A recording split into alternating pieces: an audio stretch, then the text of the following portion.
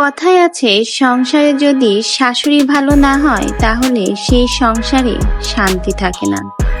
শাশুড়ি ভালো না হলে স্বামীর ভাত বেশি দিন কপালে জোটে না। এবার ঘটে গেল শাশুড়ির অত্যাচারে মায়ের সামান্য ভুলে দায়ের উপরে পড়ে মায়ের ছোট আদরের ছেলে সাজু প্রাণ হারায়। সংসারে স্বামী নেই, শাশুড়ির অত্যাচারটা যেন বেশি চলে বইয়ের উপর।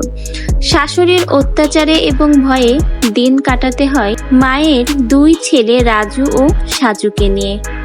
রাজু শান্তশিষ্ট স্বভাবের হলেও ছোট ছেলে সাজু যেন খুবই দুরন্ত। সংসারে স্বামী না থাকায় এই দুই ছেলের দেখভাল তার মায়েরই করতে হয়। শাশুড়ির ভয়ে মা প্রতিদিনই খুব ভোরে ভোরে ঘুম থেকে উঠে রান্না চড়িয়ে দেয়। আজকেও প্রত্যেক দিনের মতোই ভোরে উঠে সকল কাজ সেরে রান্না বসিয়ে দিয়েছে। ঠিক এই সময়ে তার দুই ছেলে রাজু এবং সাজু ঘুম থেকে ওঠে। ঘুম থেকে উঠেই মায়ের কাছে বায়না করে, মা মজা খাবো। মা তখন জানায়, রান্না শেষ করে তোমাদের মজা কিনে দেব। কিন্তু কে শোনে কার কথা?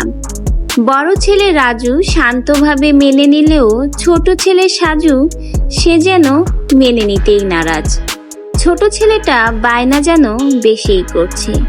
আর এদিকে শাশুড়ি ঘুম থেকে উঠে যদি গরম গরম ভাত না পায় তাহলে শুরু করে দিবে বকাবকি। মা কোনোভাবে ছেলেদের বুঝিয়ে দূরে সরিয়ে দিয়ে রান্না করতে থাকে। কিন্তু বড় ছেলে রাজু বুঝলেও ছোট ছেলে সাজু যেন বায়নাটা করেই যাচ্ছে। সে শুনতে নারাজ, বারবার মায়ের আঁচল ধরে বলছে, মা মজা কিনে দাও। ছেলেটা কোনোভাবেই মায়ের আঁচল ছাড়ছে না। একদিকে শাশুড়ির ভয় ও অত্যাচার, অন্যদিকে ছেলেদের বায়না। দুঃখী নিয়েই মা এখন কি করবে? ছেলেকে অনেক বোঝানোর পরেও যখন শোনাতে পারে না, তখন মা তার কাজ চালিয়ে যেতে থাকে। মা তখন পেঁয়াজ কেটে বটিটি পাশে রেখে দেয়। বড় ভাই এবং ছোট ভাই দুজনেই টানাটানি করতে থাকে। বড় ভাই বারবার ছোট ভাইকে টেনে নিয়ে সেখান থেকে চলে যেতে চায়, কারণ বড় ভাইয়ের বুদ্ধিটা একটু বেশি। কিন্তু হঠাৎই ঘটে গেল যেন মহাবিপদ। বড় ভাইয়ের হাত থেকে ফসকে ছোট ভাই পড়ে যায় মায়ের পেঁয়াজ কেটে রেখে দেওয়া বটির উপর। এতে করে অনেক রক্তক্ষরণ হয়। মা এবং বড় ভাই এটা দেখে একেবারেই সেখানে নিস্তেজ হয়ে যায়। প্রাণহীন দুইটা দেহ যেন সেখানে আর্তনাদ করে কাঁদতে থাকে। মা ও ভাইয়ের এই আকুতি ভরা কান্না ও চিৎকারে প্রতিবেশী অনেকক্ষণ পর ছুটে আসে কি হয়েছে সেটা দেখার জন্য। এসেই দেখে মর্মান্তিক এই ঘটনা।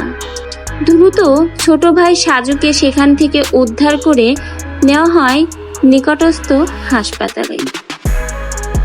কিন্তু হসপিটালের ডাক্তার জানায় যে অনেক দেরি হয়ে গেছে। অতিরিক্ত রক্তক্ষরণের জন্য ছেলেটা অনেক আগেই দুনিয়ার মায়া ত্যাগ করে চলে গেছে। ছোট ছেলে সাজু আর নেই। এই কথা শোনা মাত্রই দুঃখিনী মা সেখানেই অজ্ঞান হয়ে যায়।